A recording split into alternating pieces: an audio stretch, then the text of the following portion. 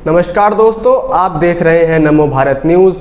मैं हूं अतुल शुक्ला और आज आप सोच रहे होंगे कि हमेशा सीरियस रहने वाला न्यूज़ एंकर आज मुस्कुरा क्यों रहा है। दरअसल बात ही कुछ ऐसी है। दोस्तों, मैं बात कर रहा हूं एक ऐसे शख्स की जिसने बंगाल की ममता बनर्जी को टोपी पहना दिया। जी हां दोस्तों, प्रशांत किशोर, जिसने ममता को चने के झाड़ पर यह कहते हुए चढ़ा दिया कि दीदी ये रही बंगाल की कुर्सी तक जाने की सीढ़ी, और हमारी बेचारी भोली भाली ममता दीदी प्रशांत की बातों में आ गई। इस हालात को देखते हुए मुझे एक मशहूर फिल्म दिल्ली सफारी का एक डायलॉग याद आ गया, जिसमें एक्टर कहता है कि चढ़ा दिया ना, चढ़ गए ना, छी छी छी, थू थू थू।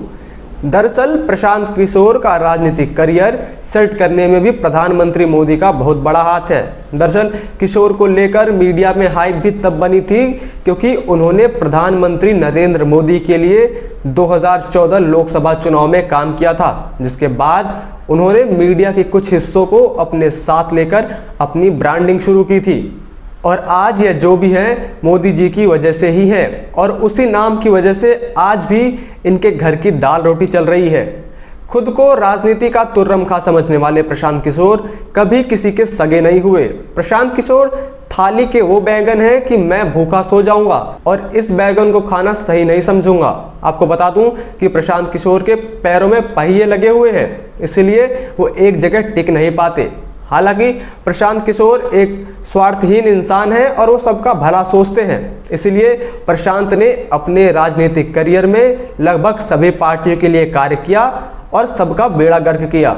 आपको बता दूं कि प्रशांत किशोर ने भाजपा, कांग्रेस, आम आदमी पार्टी, तृणमूल कांग्रेस के साथ साथ युवाजना श्रमिका रैतु कांग्रेस पार्टी और द्रविड़ कंगड़म पार्टी के साथ भी कार्य कर चुके हैं। इतना ही नहीं, प्रशांत किशोर को अपने ऊपर इतना घमंड था कि जब उन्होंने नीतीश सरकार का दामन छोड़ा तो उन्हें लगा कि नीतीश सरकार का भी अब दमन हो जाएगा। लेकिन इसके विपरीत प्रशांत किशोर के पार्टी छोड़ने के बाद बिहार में नीतीश चुनाव जीत गए। बिहार की यह जीत प्रशांत के मुंह पर एक जोरदार तमाचा था।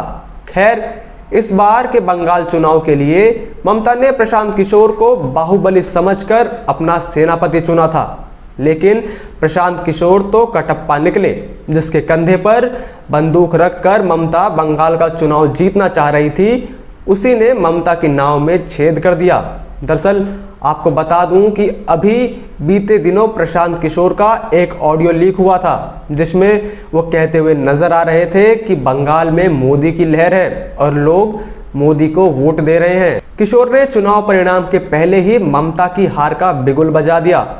आपको बता दूं कि लीक हुई ऑडियो क्लिप में प्रशांत किशोर कुछ पत्रकारों के साथ कहते हुए नजर आ रहे थे कि बंगाल ही नहीं पूरे देश में मोदी की लहर है, और तृणमूल कांग्रेस अपने खुद के पोल भी हारती हुई नजर आ रही है, जिसके एक बड़ा कारण मुस्लिम तुष्टीकरण की राजनीति को बताया था। हालांकि ऑडियो लीक होने के कल तक प्रशांत किशोर सोशल मीडिया पर बहुत शेर बन रहे थे। प्रशांत बीजेपी के आईटी सेल प्रमुख अमित मालवीय को खुली चुनौती दे रहे थे कि अगर हिम्मत है तो वह पूरी ऑडियो फाइल शेयर करें।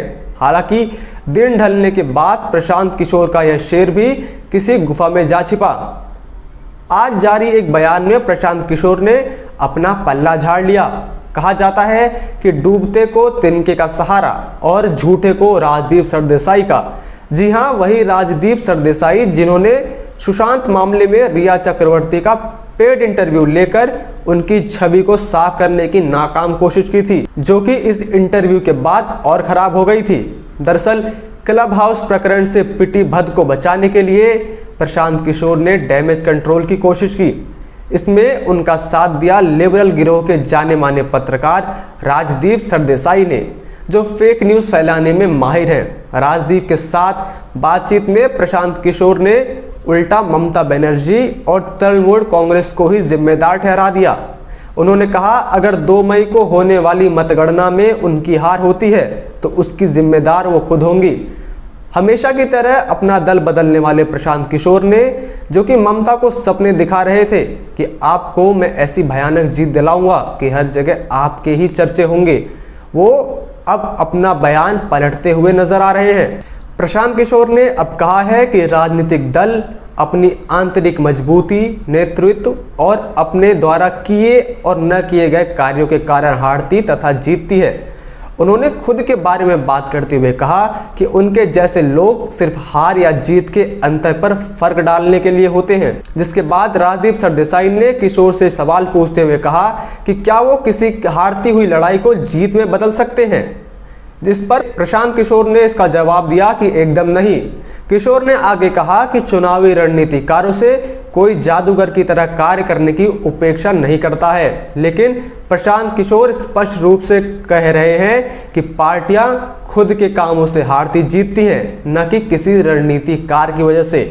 हार या जीत के लिए पार्टियां खुद जिम्मेदार हैं। हालांकि अभी टाइम मशीन का इजाद तो नहीं हुआ है, लेकिन मैं आपको वक्त में थोड़ा पीछे ले चलता हूं।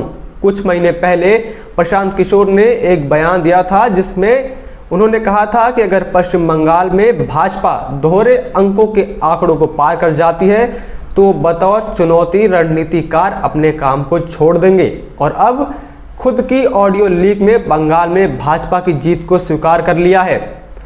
तो अगर प्रशांत किशोर की याददाश्त कमजोर हो गई हो तो उनसे मेरा विनम्र निवेदन है कि 1 किलो बादाम वो मेरे घर से ले जाएं और अपनी याददाश्त को थोड़ा तेज करें, जिससे वो अपना चुनावी रणनीतिकार का कार्य छोड़ सकें।